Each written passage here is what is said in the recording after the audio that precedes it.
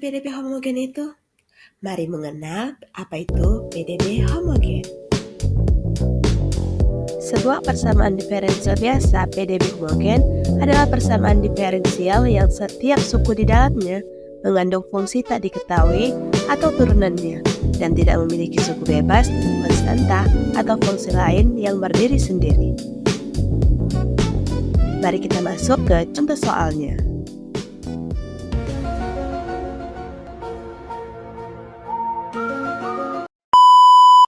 Jadi di sini kita akan bahas contoh soal dari PDB homogen.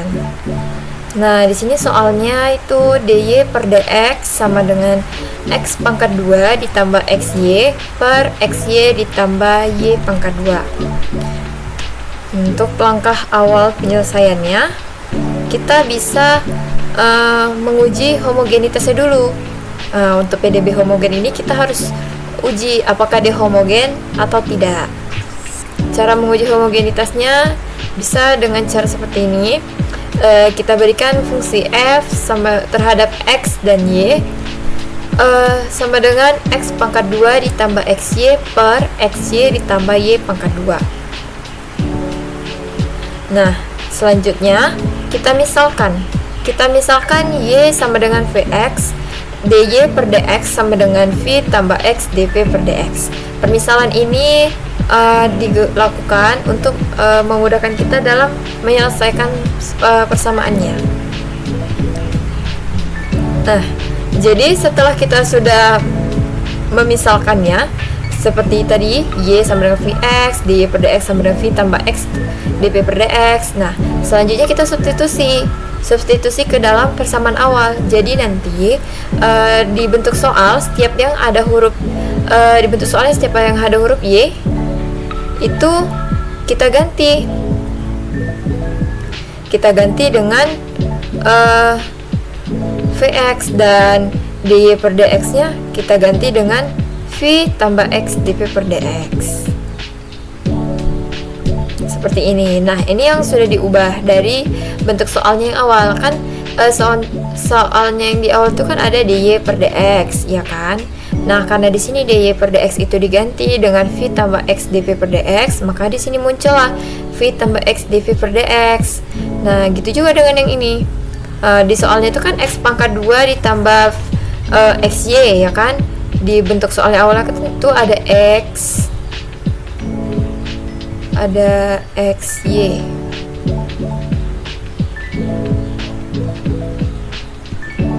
Jadi di setiap ada y kita ganti dengan vx,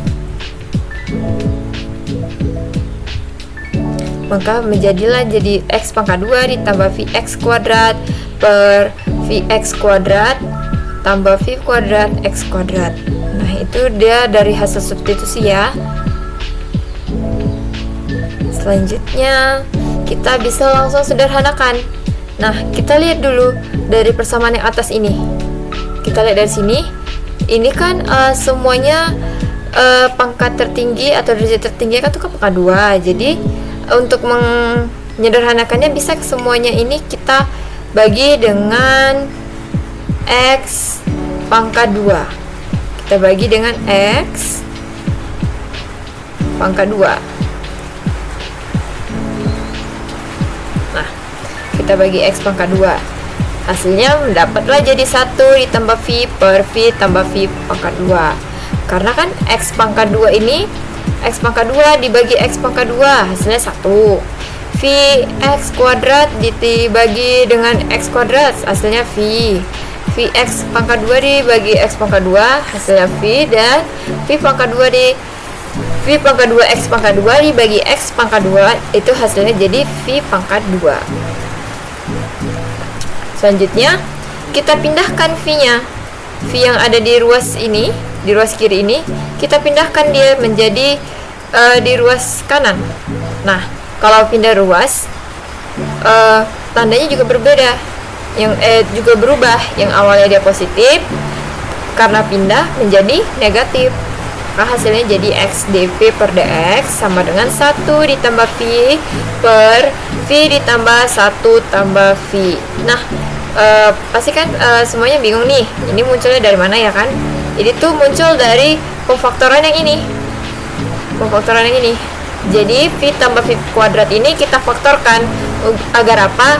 Agar mudah membagikannya dengan yang atas. Kita kan mau menyederhanakannya nanti.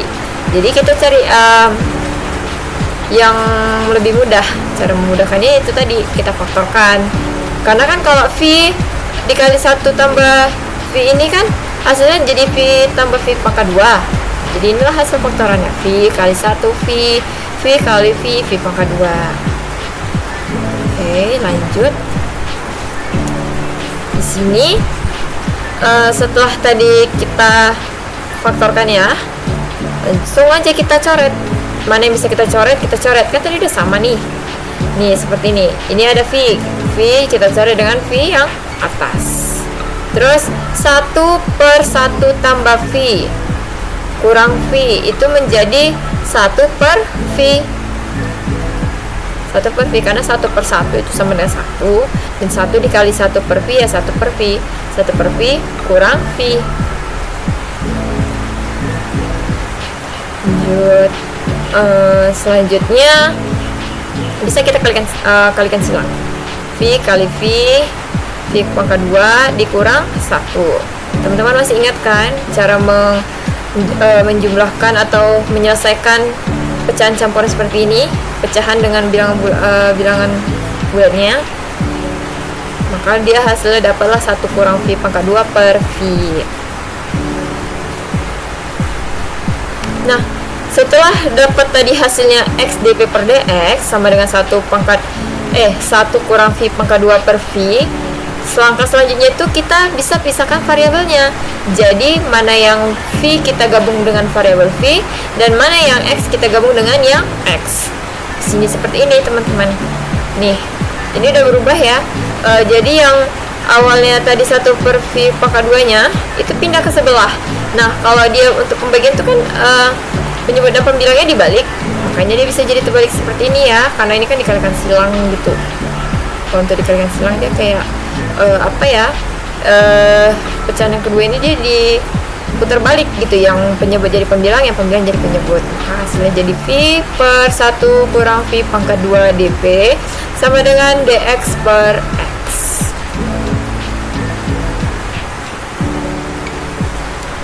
Lanjut, kita integralkan. Jadi langsung kita integralkan menjadi integral V/1 kurang V pangkat 2 dV sama dengan integral dx per x. Nah, ini kan jadinya ada 2 integral. Kita akan selesaikan salah satunya dulu, satu-satu gitu. Yang pertama kita selesaikan itu integral yang kiri dulu, yaitu integral V per 1 kurang V pangkat 2 dV.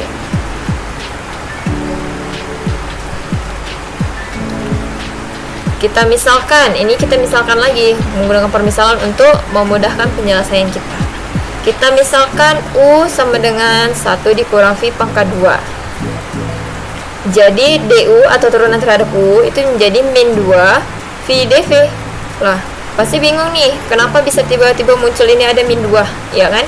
Nah, untuk turunan kita kan sudah tahu kalau konstan, ini kan angka 1 ini konstan ya. Konstanta ini kalau diturunkan itu hasilnya 0. Maka terus yang di V pangkat 2 ini kita turunkan. Cara menurunkannya tahu kan, 2 pangkatnya ini kita kalikan ke depan. 2 kali min 1 sama dengan min 2 V pangkat 2 dikurang 1. Dia pangkatnya dikurang 1 ya. Maka dapatlah dia min 2 V pangkat 1. Terus karena turunan terhadap V, maka di sini ada dV atau dari soal juga udah teman-teman bisa lihat kan ada dV-nya. Jadi tinggal kita tambahkan. Jadi V dV itu sama dengan min 1/2 DU.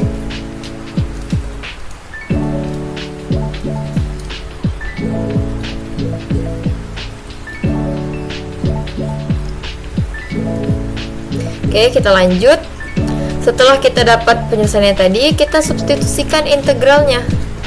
kita substitusikan menjadi integral yang awalnya tadi integral V per 1 kurang V pangkat 2 dV sama dengan integral min 1 per 2 per U du sama dengan min 1 per 2 integral 1 per U du. Nah, ini menggunakan juga ini juga nih pembagian antar pecahan gitu. Nah, langkah selanjutnya kita integralkan integral dari 1 per U adalah ln nilai mutlak U. Ini ln ya teman-teman. Ada salah penulisan di sini. Jadi integral dari 1 per U adalah ln nilai mutlak U. Jadi min 1 per 2 ln nilai mutlak 1 dikurang V pangkat 2 tambah C1 untuk yang integral pertama, makanya ada C1 karena nanti waktu kita menyelesaikan integral yang kedua yang ini integral dx per dx ini itu nanti bakal ada C2 gitu dia. Oke, kita lanjut menyelesaikan untuk integral yang kanan yaitu integral dx per x. Untuk integral dx per x itu hasilnya tetap ya ln nilai mutlak x ditambah C2 ya, seperti saya bilang tadi. Selanjutnya kalau udah dapat hasil dari integral kanan, integral kiri, kita gabungkan keduanya menjadi min 1 per 2 ln nilai mutlak 1 kurang V pangkat 2 sama dengan ln nilai mutlak x tambah C. Loh, tadi kan di sini kan awalnya kan ada C1 dan C2. Karena mereka dua-duanya itu sama-sama konstan, maka di sini cukup C aja. Nggak perlu dibuat C1 dan C2-nya lagi ya. Nah, selanjutnya kita kalikan kedua sisi dengan min 2. Dikalikan dengan min 2 itu untuk menghilangkan ini. Menghilangkan penyebut min 2 ini. Biar jadi positif dan 2-nya ini hilang. Maka kita kalikan kedua sisinya dengan min 2. Karena min 2 dikali min 1 per 2 itu kan sama dengan 2 per 2. 2 per 2 itu sama dengan 1.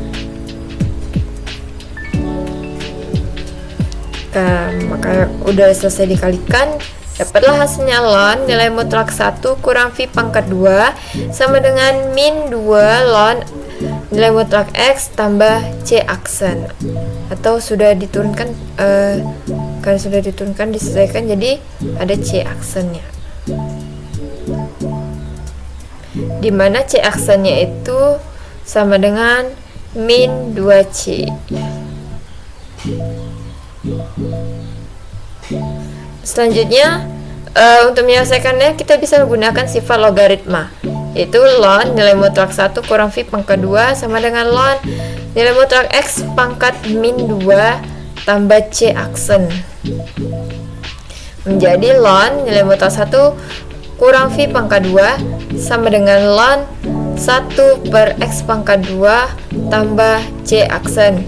Nah, di sini ada perubahan itu karena jika kita ketemu bilangan yang pangkatnya itu negatif seperti ini, untuk mengubahnya menjadi positif itu menggunakan 1 per. Misalnya jadi kalau misalnya teman-teman ketemu bilangan tuh misalnya A pangkat min 3 gitu.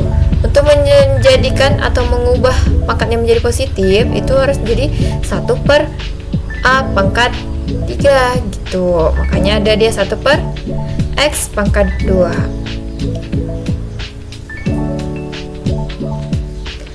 Selanjutnya kita eksponenkan kedua sisinya menjadi E pangkat ln nilai mutlak 1 kurang V pangkat 2 sama dengan E pangkat ln nilai mutlak dari 1 per X pangkat 2 dikali E pangkat C aksen.